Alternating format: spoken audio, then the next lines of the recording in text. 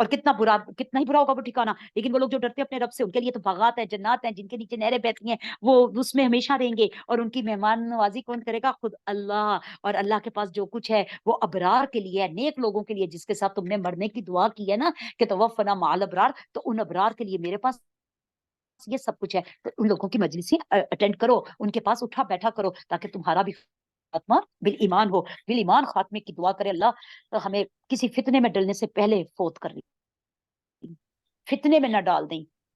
اور بلا شبہ اہل کتاب میں سے البتہ وہ ہیں جو ایمان لاتے ہیں اللہ کے ساتھ، اور اس کے ساتھ جو نازل کیا گیا تمہاری طرف، اور جو نازل کیا گیا ان کی طرف، اس حال میں کہ وہ جھکنے والے ہوں اللہ کے لیے، نہیں وہ خرید لیتے اللہ کی آیات کو تھوڑی سی قیمت کے بدلے. یہ لوگ ہیں ان کے لیے ان کا اجر ہے رب کے پاس بے شک. بلا شبہ اللہ تو جلد باز ہے حساب لینے میں. اے لوگوں جو ایمان لائے ہو، صبر کرو.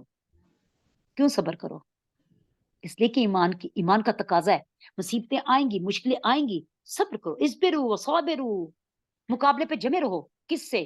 کوئی مقابلہ انسانوں سے ہو رہا ہے، کوئی مقابلہ نفس سے ہو رہا ہے، کوئی مقابلہ شیطان سے ہو رہا ہے. ہر چیز پہ صابرو رہو ورابطو، اور مورچوں پر ڈٹے رہو. یہ مورچوں پہ ڈٹے رہو. جو اصل صبر ہے نا وہ حالت جنگ میں ہے. اور رباط کہتے ہیں اس کو، رابطو سے رباط. ایک رات جو مجاہد کہیں دیتا ہے نا ملک کو بچانے کے لیے، ظاہر ہے اسلامی کنٹری کو، اس کا درجہ کئی راتوں کی عبادت سے بڑھ کر ہے. اتنا اس کا درجے ہے. تو جب جمے رہو مورچوں پر اور ڈرو اللہ سے تاکہ تم فلاح پا جاؤ. بسم اللہ الرحمن الرحیم. سورہ نساء سٹارٹ کا جو ہے یہ ہماری خطبہ نکاح کی جو ہے اس میں یہ آیات پڑھی جاتی ہیں. مجھے افسوس ہوتا ہے کہ لوگ ہمارے علماء ہیں، اب ظاہر ہے میں تو بس یہی کہہ سکتی ہوں، میں اس مقام پہ ہی نہیں ہوں، وہ تو ماشاءاللہ علماء ہے، وہ لوگ اس کو بیان کیوں نہیں کرتے؟ انہیں چاہیے کہ جس نکاح کی ان کو دعوت آئے وہ کہیں کہ جی اگر ہو سکے تو مائک کا بندوبست کر لیں، ورنہ خیر ہے میں جتنی اونچی بول سکوں گا. اچھا چلے بہت زیادہ لوگ نہیں سن سکیں گے، کچھ نہ کچھ تو سن لیں گے نا. اگر ہم ڈی جے کے لیے مائکوں کا بندوبست کر سکتے ہیں، ڈھولکیاں بجانے کے لیے کر سکتے ہیں، تو خطبہ نکاح کے لیے کیوں نہیں کر سکتے؟ اور اگر نہیں پیا تو بھی آپ کے کم از کم وہ دولہا تو سنے گا، دلہن کو بھی کہیں قریب بٹھائیں تاکہ وہ بھی سن تو لے. اس لڑکے لڑکی کو تو بتا دیں وہ جو نکاح کرنے جا رہے ہیں. آج دیکھیں عورت ہو یا مرد ہو اپنے فرائض پورے نہیں کر رہے. اکثر عورتیں یہ شکایت دیتی نظر آتی ہیں کہ مرد ہمیں نان نفقہ نہیں دیتے.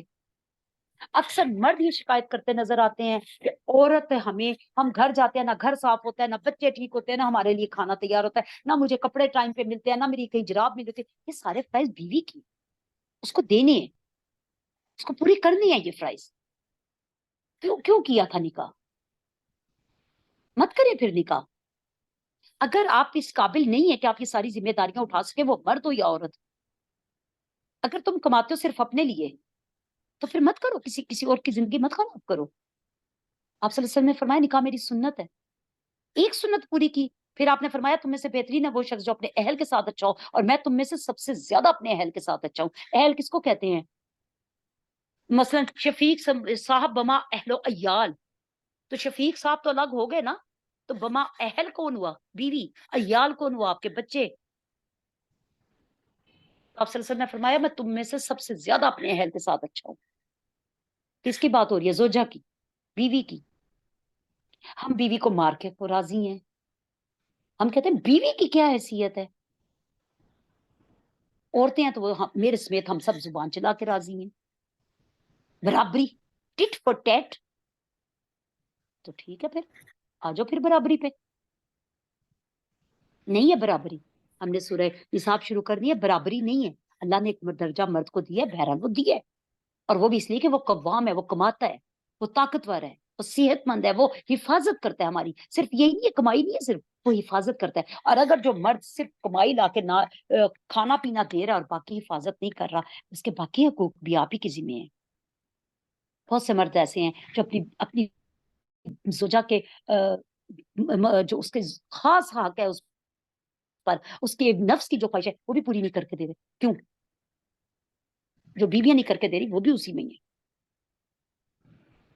اس کو ہم دیکھتے ہیں کہ خطبہ نکاح میں آخر ان آیات کو جو نبی پاک صلی اللہ علیہ وسلم نے خطبہ نکاح میں شامل کیا تو کیوں کیا؟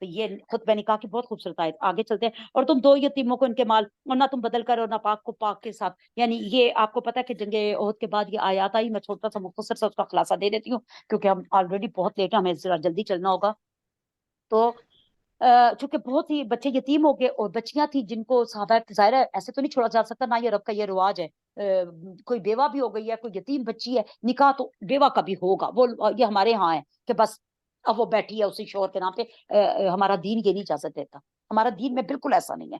فوری طور پہ اس کا جیسی دت پوری ہو اس کا اگلے نکاح کا بندوبست کرو.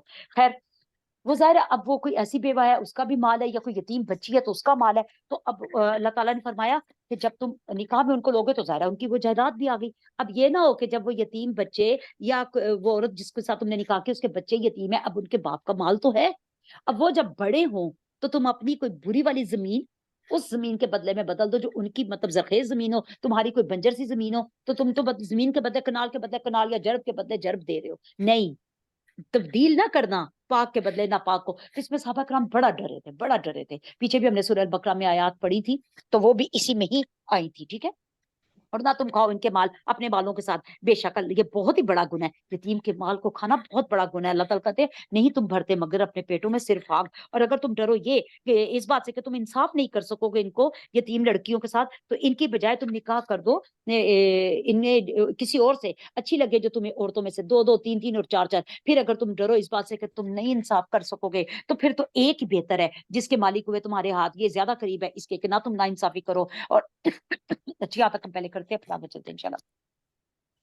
یعنی اگر تمہیں یہ ڈر ہے کہ تم ان یتیم بچیوں کو ان یتیم بچیاں یا عورتیں ان کے ساتھ تم اچھا معاملہ نہیں کر پاؤ گے, تم ایسا کر دو گے تو اللہ تعالیٰ فرماتے ہیں پھر ان کے ساتھ نکاح مت کرنا, بلکہ کیا کرنا تم کوئی بھی اور عورت جس جو تمہیں اچھی لگے تم اس کے ساتھ نکاح کر دو, لیکن ان کے ساتھ پھر نکاح مت کرنا. اچھا اب نکاح تم کتنے کر لو, ایک کر لو, دو کر لو, تین کر لو, چار کر لو, اجازت ہے. بڑا خوش ہوتے ہیں مرد اس پہ. چار عورتیں, ہمیں چار کی اجازت ہے, ہمیں مارنے کی اجازت ہے. چار کے ساتھ اگلی آیت بھی آئی ہے, حصہ اگلا بھی ہے. اگر تم انصاف نہ کر سکو تو پھر ایک ہی کافی ہے. انصاف تو تم ایک کے ساتھ نہیں کر پا رہے. نہ نفقہ, اس کی ضروریات, اس کی عزت, سب سے بڑھ کر عزت, اس کی حفاظت. تو تم عزت جسمانی نہیں ہوتی, اخلاقی بھی کچھ ہوتی ہے, روحانی بھی ہوتی ہے. اس کے نفس کی بھی کوئی عزت ہے جس کو تم چار بندوں کے درمیان تار تار کر دیتے ہو, گالی گلوچ, مار پیٹ, بہن بھائیوں کے سر پہ چڑھ کے, وہ بھی اس کی عزت ہے. وہ تم سارا کچھ اگر یہ ایک کے ساتھ تو تم کر نہیں پا رہے تو تم تین اور چار کے چکروں میں پڑے ہو. آپ صلی اللہ علیہ وسلم نے فرمایا جو دو بیویوں میں انصاف نہ کر سکے وہ آدھے چہرے کے ساتھ آئے گا. تو یہ اتنا آسان نہیں ہے, دو تین چار کر لو. وہ اتنا حساب پڑھ لیتے ہیں تو عورتوں میں سے دو تین چار جس سے تم چاہو نکاح کر دو, ہاں کر لو, برابری بھی کرو, ایک طرف نہیں جھک سکتے. یہاں تک نان نفقے کی برابری ہے کہ اگر ایک کے چار بچے ہیں اور ایک کے دو ہیں, تم ایک ہی جتنا دو گے, دونوں گھروں میں ایک جتنا دو گے. یہ نہیں ہو سکتا کہ چل تیرے بچے کم ہے تجھے میں کم دیتا ہوں. نہیں, تم نے نان نفقہ پورے کا پورا اس کو ڈیوائڈ کرنا جتنی تمہاری بیوی ہے. اتنی آسان بات ہے. اللہ کے احکامات کو ہم نے مذاق بنا کے رکھا ہوا ہے. لیکن وہی بات ہے کہ یہ تھوڑا سا اگر بتا دیا جائے تو ان کو شاید ہمارے بچوں کو کوئی عقل آ جائے. اور پھر جو جن کے مالک ہوئے تمہارے دائیں ہاتھ. اچھا جی, یہ لونڈیوں کے بارے میں آیات ہیں. ٹھیک ہے, اس کی آیات پھر آگے بھی آئیں گی, لیکن میں تھوڑی سی آپ کو بتا دوں. دیکھیں لونڈیوں کا جو کنسپٹ تھا نا, اسلام میں آ کر سب سے زیادہ اس کو مائنس کیا گیا. لونڈی کا یہ تھا کہ آپ اس سے تمتع کر سکتے ہو, فائدہ لے سکتے ہو. یہ کون سی لونڈیاں تھی, یہ ہر کوئی نہیں ہے, یہ گھروں میں کام کرنے والی نہیں. نمبر ایک, اس کو بالکل کلیئر کر لے, یہ گھروں میں کام کرنے والی نہیں جو آج کل ہمارے ہیں. یہ جنگوں کی صورت میں جو عورتیں کافروں کی ہاتھ آ گئی ان کو سربراہ مملکت, اس وقت ظاہر آپ صلی اللہ علیہ وسلم, اور اب جو بھی بڑا ہے, خلیفہ ہے, وہ صدر ہے, وہ وزیر اعظم ہے, اب یہ ان چکروں میں نہیں جا سکتی, لیکن جو بھی بڑا ہے وہ خود سے تقسیم کرے گا جس کو وہ دے گا. اچھا, اب ان لونڈیوں کے لیے بھی یہ نہیں ہے کہ آپ ان سے یوں ہی جس کا دل چاہے وہ جسمانی تعلق قائم کرتا رہے, بالکل بھی نہیں. دیکھیں مرد اور عورت کے اکٹھے ہونے میں ایک شیطان کا پھر عنصر ہے, جبکہ نکاح نہیں ہے. ٹھیک ہے, یہ بات بالکل کلیئر رکھے. تو اس لیے لونڈیوں کو یوں ہی کسی کے حوالے نہیں کیا جا سکتا, یہ آگ سے کھیلنے کے برابر ہے. تو اس لیے اللہ تعالیٰ نے ان کی حفاظت کے لیے ایک خاص طریقہ رائج کر دیا, اور یہ خاص طور پہ اسلام کے بعد ہوا. اور اس میں سب سے پہلے ایک ذہن میں رکھیں, ہر کفارے پہ غلام اور لونڈی کو آزاد کرنے کی کا کفارہ تھا کہ جو کر سکے وہ ایک لونڈی کو یا غلام کو آزاد کر دے. اچھا, اب ذرا لونڈیوں کا کنسپٹ تھوڑا سا آرام سے سمجھ لیجیے گا. لونڈیاں ہاتھ آ گئی, کسی ایک کو دے دی گئی, ایک لونڈی دے دی گئی. اچھا, اب وہ مرد چاہے تو اس سے صرف گھر کے کام کروا لے, ٹھیک ہے, ضروری نہیں ہے کہ وہ اس سے کوئی اور فائدہ بھی اٹھائے, صرف اپنے گھر کے کام کروائے, اپنے جیسے عام ہوتا ہے, اس کے بعد اس کی شادی کر دے. اچھا, شادی کر دی لیکن اس کو آزاد نہیں اس نے کیا, بے شک آزاد نہ کرے, وہ لونڈی اسی کی رہے گی لیکن شوہر اس کا کوئی اور ہے. اچھا, اب اگر فرض کریں کہ وہ اس سے کوئی فائدہ اٹھانا چاہتا ہے, اسے خود اچھی لگ رہی ہے, ٹھیک ہے, اللہ تعالیٰ کی اجازت ہے, وہ اٹھا لے, لیکن پھر اس سے وہ اولاد پیدا کرے گا. اچھا, یہ بغیر نکاح کے بھی ہے. نکاح کیوں نہیں کرنا؟ اس لیے نہیں کرنا کہ خاندانی عورت سے اس نے نکاح کیا ہوا ہے, اس سے وہ صرف فائدہ اٹھا رہا ہے, اس کے ساتھ وہ صرف تمتع کر رہا ہے, لیکن اس سے جو اولاد پیدا ہوگی وہ اس کی جائیداد کی وارث ہوگی, اس کے نام کی وارث ہوگی. اب اس میں آپ لوگوں کو ایک بات بتا دوں, دیکھیں اس پر پلیز کوئی بھی دل میں وہ نہ لائے کہ حضرت ماریہ قطبی جو تھی وہ لونڈی تھی اور ان کے بطن سے حضرت ابراہیم غالباً, اگر میں نام پہ غلطی نہیں کھا رہی تو آپ صلی اللہ علیہ وسلم نے یہ تمتع کیا. یہ کیوں ہوا؟ اس لیے کہ ظاہری سی بات ہے, آپ صلی اللہ علیہ وسلم نے ہر خود کام کر کے دکھایا گیا, آپ کو اللہ کے نبی تھے. لیکن اس کو پلیز کسی بھی طرح سے میں کوئی ایسی بات نہ لائیں, اور آج بھی یہ حکم موجود ہے, لیکن کس صورت میں؟ جنگوں کی صورت میں, عام اس میں نہیں. آگے آپ انشاءاللہ دیکھیں گے کہ پھر ان کا مہر کتنا, ان کی سزا کیا, اور اگر یہ زنا کر بیٹھے تو کیا ہے, یہ ہم انشاءاللہ پھر آگے چل کے دیکھیں گے, ٹھیک ہے. اللہ تعالیٰ فرماتے ہیں یہ زیادہ قریب ہے اس کے کہ تم ناانصافی نہ کرو, اور تم دو عورتوں کو ان کے مہر خوش دلی کے ساتھ, پھر اگر وہ خوشی خوشی سے دیں تمہیں کچھ اس میں سے, تو تم جو کھاؤ مل جل کر خوشی سے, ہنسی خوشی کے ساتھ آپس میں بہم رضامندی سے بے شک کھاؤ. عورتوں کا مہر جو ہے نا وہ ان کی ذاتی ملکیت ہے, چاہے وہ کروڑوں روپیہ ہے. پہلے تو مہر زیادہ باندھنا ہی نہیں چاہیے. آپ صلی اللہ علیہ وسلم نے فرمایا بہترین ہے وہ عورت جو آسانی سے ہاتھ آئے, یعنی نکاح میں آسانی ہو. تو مہر اتنا نہیں کرنا چاہیے, مہر مناسب اور شوہر کی, مرد کی حیثیت کے مطابق. اور یہ ایک عجیب سا ہمارے یہاں آیا کہ لکھ دو کون سا دینا ہے. اللہ نے فرمایا تم ان کو دو مہر, ان کے مہر ادا کرنا چاہیے. کوشش کریں, اگر آپ کے پاس پیسے نہیں ہے تو آپ جو تھوڑا بہت زیور جتنا بھی ڈال رہے ہیں وہ اس کو مہر میں دے دیں, لیکن وہ اس کا ہے, اس کو پابند نہیں آپ کر سکتے کہ وہ کہاں خرچ کرے اور کہاں نہیں. ہاں, اگر وہ اللہ فرماتا ہے خود تمہیں اپنی خوشی سے تمہیں بھی دیتی ہے, اپنے گھر پہ خرچ کرتی ہے, اپنے بچوں پہ کرتی ہے, بالکل اس کی مرضی ہے. اور لیکن مہر ادا کرنا لازمی ہے, اتنی سخت ہے, اس میں آگے آیات آئیں گی وراثت کی. اگر مہر شوہر نے ادا نہیں کیا تو شوہر کے مرتے ہی سب سے پہلے جو ہوگا مہر ادا کیا جائے گا. تو اپنی زندگی میں کیوں نہ دے دیا جائے, اسی لیے باندھو ہی اتنا جو دے سکو. اور نہ تم دو بے سمجھ یتیموں کو اپنے مال, وہ جن کو بنایا اللہ نے تمہارے لیے گزران کا سبب, اور تم کھلاؤ اس میں سے جو, اور پہناؤ ان کو, اور تم کو ان سے اچھی بات. یعنی یتیم جب ابھی بچے ہیں, جب تک وہ سن بلوغت کو نہیں پہنچتے, سمجھداری کی عمر کو نہیں پہنچتے, ان کو ان کا مال ان کے حوالے مت کرو. یہ پھر جنگ احد کے اس میں ریفرنس میں کہ ظاہرہ تب تک تم ان کے مال کی حفاظت کرو, اور ان سے کیا کرو, انہیں اچھا کھلاؤ پلاؤ اور اچھی بات کرو ان کے ساتھ. یتیموں کے ساتھ سختی مت کرو. اور تم جانچتے رہو ان یتیموں کو یہاں تک کہ جب وہ پہنچ جائے نکاح کی عمر کو, یعنی ان کو دیکھتے رہو. اب ظاہر تمہاری کسٹڈی میں ہے, تم ان کو دیکھو, جب تم سمجھتے ہو کہ وہ نکاح کی عمر میں آگے, اتنی سمجھ ان کو آ گئی ہے اور تم نے ان میں سمجھداری محسوس کر لی ہے, تو ان کو ان کے مال دے دو. اور نہ تم کھانا حد سے زیادہ بڑھ کر جلدی جلدی, یعنی اس سے پہلے کہ وہ بڑے ہوں تم جلدی جلدی ان کا مال مت ختم کرنا, کہ جب وہ بڑے تو تم لوگوں کی پیدائش پہ اس پہ پرورش پہ ہی لگ گیا سارا پیسہ. نہیں, اس طرح مت کرنا, اللہ سے ڈرتے رہنا, کیونکہ وہ یتیم جب بڑے ہوں گے تو یہ مال تمہارے پاس امانت ہے, ان کو حوالے کر دینا. اور جو کوئی تم میں سے غنی ہو تو اس کو تو چاہیے کہ وہ خود سے کھلا دے. یعنی اگر تم اتنا کر سکتے ہو کہ تم ایک یا دو بچوں کی کفالت خود کر سکو تو خود سے کھلا دو. لیکن اگر تم یہ نہیں کر سکتے, فقیر ہو, تو کوئی مسئلہ نہیں ہے, پھر انہی کی جو کمائی آ رہی ہے اس میں سے گھر میں خرچہ ڈالو. اس کو ہم نے پیچھے بھی ڈیٹیل سے پڑھا. کب یہ ضروری نہیں ہے کہ آپ ان کا آٹا الگ گندے, ان کی روٹی ہانڈی الگ پائے, نہیں, بس تھوڑا سا آپ سمجھتے ہیں, مثال کے طور پہ ایک فرد پہ 4-5 ہزار لگ رہا ہے, فور ایگزامپل بات کر رہی ہوں, ٹھیک ہے, تو آپ وہ ان کے پیسوں میں سے لے لیں, کوئی حرج نہیں. ہاں, لیکن اگر تمہارے پاس اتنا ہے تو پھر خود ہی یہ خرچ کر دو.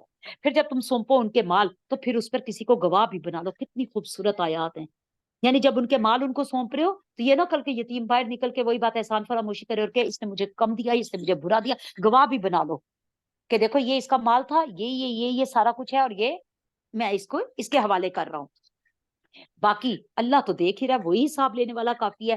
یعنی اصل تو گواہ اللہ ہی ہے, لیکن پھر بھی ایک گواہ بنا لو. مردوں کے لیے وہ حصہ جو اس میں سے جو وہ چھوڑ دے ماں باپ اور قرابت دار, اور عورتوں کے لیے بھی وہ حصہ جو اس میں سے جو وہ چھوڑ دے ماں باپ اور قرابت داروں کے لیے, اور اس میں سے جو تھوڑا مال اس میں ہو یا زیادہ جو بھی ہے اللہ نے حصہ مقرر کر دیا. یعنی مرد مرے یا عورت, اس کی جائیداد میں سے کس کس کا حصہ, اس کے بارے میں بات آ گئی. سمپل سا ہمیں سب کو پتا ہے کہ بیٹے کے 2 حصے, اور لڑکی کا 1 حصہ, ماں باپ کا 1/6. لیکن کچھ ایسے ہوتے ہیں جن کا ماں باپ نہیں ہوتے, بہن بھائی نہیں ہوتے, اور اولاد بھی نہیں ہوتی, بیوی بھی نہیں ہوتی, ان کی بھی پھر اس کا ہے کہ بھئی وہ اس کو کلالہ کہتے ہیں. تو یا کسی کے صرف بہن بھائی ہوتے ہیں تو وہ بھی کلالہ کہلاتی ہے. تو اس میں بھی کیا تقسیم ہے وہ ساری ہمیں بتا دی گئی. لیکن اللہ تعالیٰ فرماتے ہیں جائیداد تھوڑی ہے یا زیادہ. یہ نہیں کہہ سکتے یار اتنی سی کو اب کیا بانٹنا, ہر ایک کی چیز بٹے گی, ایک ایک چمچ بھی بٹے گا. لیکن اب ہمارے یہاں کچھ نہیں ہوتا, تو اس کی نہ بات کیجیے گا. اس میں کہ تھوڑا مال ہو یا زیادہ, بس ہر ایک کا حصہ مقرر ہو گیا. جب حاضر ہو تقسیم کے وقت کوئی رشتہ دار یا یتیم یا مسکین, تو تم تھوڑا سا اس میں سے اس کو بھی دے دو. اور اگر نہیں دے سکتے تو پھر اچھی بات تو کرو. یعنی تقسیم کے وقت اگر کوئی یتیم مسکین آ گیا ہے تو کوشش کرو اس کو بھی کوئی تھوڑا سا دے دو, کوئی تھوڑی سی چیز اسے دے دو. اللہ تعالیٰ فرماتے ہیں تمہیں کیا یہ اچھا لگے گا کہ تم اپنے پیچھے ایسے بچے چھوڑ کر جاؤ جو, یعنی تمہارے پاس بھی کچھ نہ ہو, تمہارے بچے جب یتیم ہوں تو وہ بھی کسی کے گھر یوں جا کے کھڑے ہوں, اور تمہیں اس بات کا ڈر ہو کہ ان کو بھی کوئی کچھ نہیں دے گا. تو اس سے ڈرتے ہوئے تم آج کسی کو دے دو تو وہ شاید کل کو اللہ نہ کرے کہ یہ وقت تمہارے بچوں پہ آ جائے. چاہیے کہ اللہ سے ڈرو, اور چاہیے کہ وہ کہے اچھی بات. یعنی اچھی بات تو کہہ سکتے ہو نا کم از کم. اگر دے نہیں سکتے ہو تو یہ ان کے ساتھ انہیں جھڑک کے بھیجنے کی کیا ضرورت ہے. اچھا تو بول سکتے ہو نا. بلا شبہ وہ لوگ جو یتیموں کا مال کھاتے ہیں ظلم کے ساتھ, اور وہ کھاتے ہیں اپنے پیٹوں میں بھرتے ہیں صرف آگ, وہ ان قریب داخل ہوں گے دہکتی ہوئی آگ میں. وصیت کرتا ہے اللہ تمہاری اولاد کے بارے میں, مرد کے لیے 2 عورتوں کے برابر حصہ, یعنی بیٹی کا 1, مرد کے 2, یعنی بیٹے کے 2, بیٹی کا 1. اچھا اب اس پہ بھی خفا ہوتی ہیں. دیکھو عورت کو پہلے باپ سے ملا ہے, پھر جا کے شوہر سے ملے گا, پھر بیٹے سے بھی ملے گا, لیکن پھر بھی ناراض ہیں. اور مرد بیچارے نے دیا ہی جانا ہے, دیا ہی جانا ہے, دیا ہی جانا ہے. کہیں کہیں مرد کو بھی تھوڑی سی ڈھیل دے دے, کہیں کہیں وہ بھی بیچارہ مظلوم ہے. ہم ہی نہیں ہر جگہ مظلوم ہوتے. پھر اگر ہوں صرف عورتیں ہی 2 یا زیادہ, یعنی اب اگر کسی کی بیٹا ہے ہی نہیں 2 سے زیادہ, تو ان کے لیے 2/3 ہے اس میں سے جو وہ میت چھوڑ کے گئی. اور اگر ہو ایک ہی لڑکی تو اس کے لیے نصف ہے. اگر لڑکی ایک ہی ہے, پہلے لڑکیاں زیادہ, تو ان کے لیے کیا ہے 2/3 ہے, بیٹا نہیں ہے. اور اگر لڑکی ایک ہی ہے تو اللہ تعالیٰ فرماتے ہیں آدھا, باقی آدھا پھر اب کہاں جائے گا, اسبا کو. یہ یہاں نہیں آپ کو ملے گا, یہ پھر اس میں تفسیر میں ملتا ہے. اسبا کون ہے, یعنی وہ جو اس لڑکی کے چچا اور باقی سب ہیں ان کو ملے گا. اسبا ان کو کہتے ہیں. اور اگر عورت ہے تو وہ ماموں اور خالہ وغیرہ کو, یعنی جو اس کی فیملی والے ہیں ان کو ملے گا. لیکن لڑکی اگر ایک ہے تو اس کو ہاف ملے گا. اور اس کے لیے اس کے ماں باپ کے لیے اس سے زیادہ ڈیٹیل میں نہیں دے سکوں گی کیونکہ یہ بڑا مشکل چیپٹر ہے, میں نہیں جانتی اس کے بارے میں بہت زیادہ. اور اس کے لیے ماں باپ کے لیے ہر ایک کے لیے ان میں سے 6واں حصہ ہے. یعنی ماں باپ بھی زندہ ہے اگر, اور کوئی بیٹا فوت ہو گیا یا بیٹی فوت ہو گئی ہے اور اس کی اپنی جائیداد تھی, ذاتی جائیداد تھی, تو اس کے ماں باپ کو دونوں میں سے, مرد ہو یا عورت, ان کے ماں باپ کو 6واں حصہ ملے گا اس میں سے جو وہ چھوڑ گئے. اور اگر ہو اس کے لیے اولاد, پھر یعنی اگر اولاد ہے تو ماں باپ کا 6واں ہے. مرد ہے یا عورت ہے, مر گئے, ان کی اولاد بھی ہے تو ان کے ماں باپ بھی زندہ ہے تو ان کو 6واں ملے گا. اور اگر اولاد نہیں ہے, اولاد نہیں ہے, مطلب میاں بیوی تھے, عورت تھی اکیلی تھی, مرد اکیلا تھا, اس کی اولاد نہیں لیکن ماں باپ زندہ ہے, تو ان کے ماں باپ کے لیے 3واں حصہ ہے. پھر اگر وہ ہوں ایک, اس کے لیے 1 سے زیادہ بہن بھائی تو اس کی ماں کا 6واں حصہ. اب اگر اس میت کے بہن بھائی بھی ہیں تو پھر ماں کو 6واں حصہ ملے گا. پہلے ملے گا اگر اولاد نہیں ہے تو 3, اور بیوی کو بھی مل گیا 6واں حصہ. لیکن اگر اس کے, یہ عورت بھی اسی طرح, عورت کی جائیداد میں سے شوہر کا بھی اسی طرح, اس کو یہ ذہن میں اب رکھیں, یہ عورت مرد دونوں کی بات چل رہی ہے. اور اگر اس کے بہن بھائی بھی ہیں اس میت کے تو پھر ان کی ماں کو 6واں ملے گا. وصیت کے بعد یہ کہ وصیت کر کی جائے اس کی, اور قرض کے بعد بھی جو کہ اس کے پر ہو. تمہارے باپ اور تمہارے بیٹے نہیں تم جانتے ان میں سے کون زیادہ قریب ہے تمہارے لیے نفع کے اعتبار سے, یعنی تم خود سے کسی کو زیادہ مت دو. آج ہمارے یہاں یہی ہوتا ہے نا, ایک اولاد جو ظاہری بڑی پوچھ پوچھ کر رہی ہے اس کو سارا دے دیا, دوسرے کو جو چلے بدتمیزی کر رہا ہے. شرع میں نہیں ہے کرنا, اب تو خیر ہمارے قانون میں بھی نہیں ہے. تو اللہ تعالیٰ فرماتے ہیں تمہیں نہیں پتا کہ نفع کے اعتبار سے تم کیوں اپنی عاقبت بھاری کرتے ہو, تم